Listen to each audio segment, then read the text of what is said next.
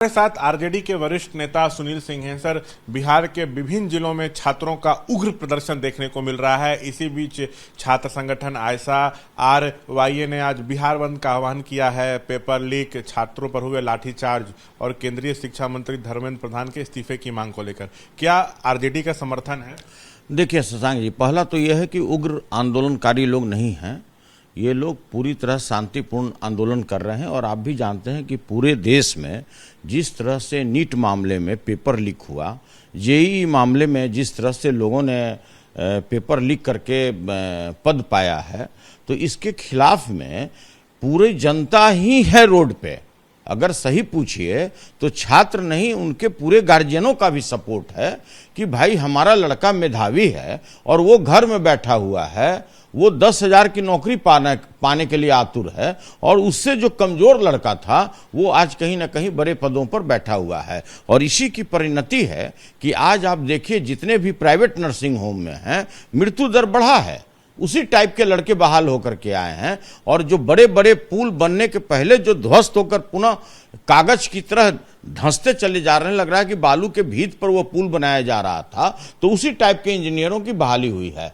तो हम तो आपके माध्यम से मांग करते हैं कि जितने भी जो केंद्र सरकार जब से भाजपा की आई है और जितने भी इस तरह की बहालियां हुई हैं, चाहे नीट के माध्यम से हो, जेईई के माध्यम से हो या अन्य किसी प्रतियोगिता परीक्षा के माध्यम से हो, उस पर निश्चित रूप से उसका एलिजिबिलिटी टेक्स, उसका पात्रता जो चेक होना चाहिए कि वो उस पद के लायक थे कि नहीं। 12 साल से केंद्र में मोदी की सरकार है। आपका ये कहना है कि इस दौरान जितनी भी नीट परीक्षाएं हुई हैं, चाहे जेईई की, तो उसमें जितने लोग पास हुए और जहां जहां नौकरी पकड़े, उन सब का एलिजिबिलिटी टेस्ट होना चाहिए। देखिए, हम सबके बारे में नहीं बोल रहे हैं।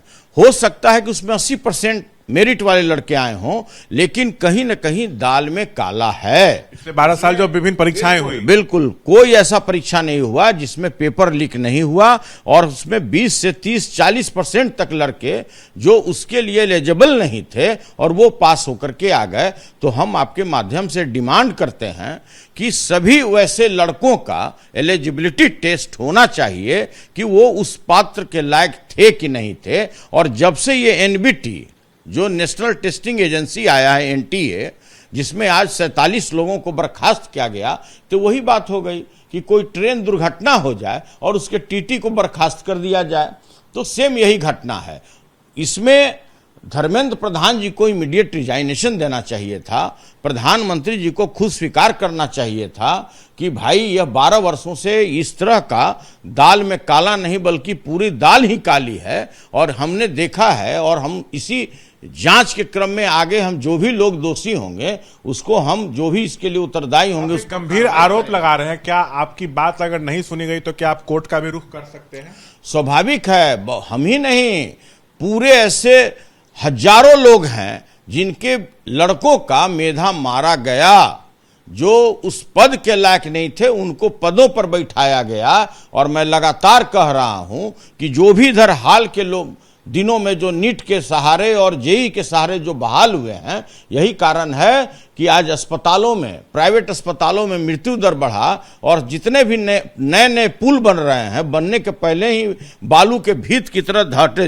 अच्छा, पेपर लीक पर कड़ी सजा वाले बिल को मोदी कैबिनेट से जो है वो मंजूरी मिली है, इस पर कुछ कहना चाहेंगे? उसके पहले PM ने ऐलान भी किया था कि फास्ट ट्रैक कोर्ट बनाए जाएंगे ताकि जो दोषी हैं पेपर लीक के मामलों में उनको कड़ी सजा मिले, जल्द से जल्द सजा मिले। देखिए, जब इतने लड़कों का शहादत हो गया, सभी लोग कुंठा के शिकार होकर के सुसाइड कर लिए, तब प्रधानमंत्री जी की नींद खुली है। और नींद तब खुली नहीं चलेगा। देखिए, ऐसा है कि नींद तब उनकी खुली जब लाखों छात्रों को उन्होंने अपने पुलिस से पिटवा दिया है, उसके बाद उनकी नींद खुली। तो देखिए, इससे भी ज्यादा से ज्यादा अगर सजा होना चाहिए तो इसके लिए अगर कोई असली जिम्मेवार है तो भारत का शिक्षा मंत्री है, जो धर्मेंद्र प्रधान जी इसके लिए दोषी हैं। उनका तो इस्तीफा इमीडिएट हो जाना चाहिए था। देखिए, ये है सुनील सिंह बेहद गंभीर आरोप लगाते हुए। कैमरा पर्सन निरंजन के साथ शशांक, ABP न्यूज, पटना।